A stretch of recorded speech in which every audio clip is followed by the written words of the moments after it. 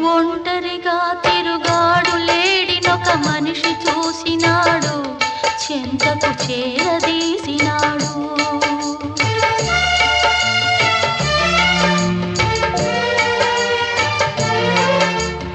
అభమో శుభమో తెలియని లేడి అతనిని నమ్మింది, తన హృదయం పరిచింది.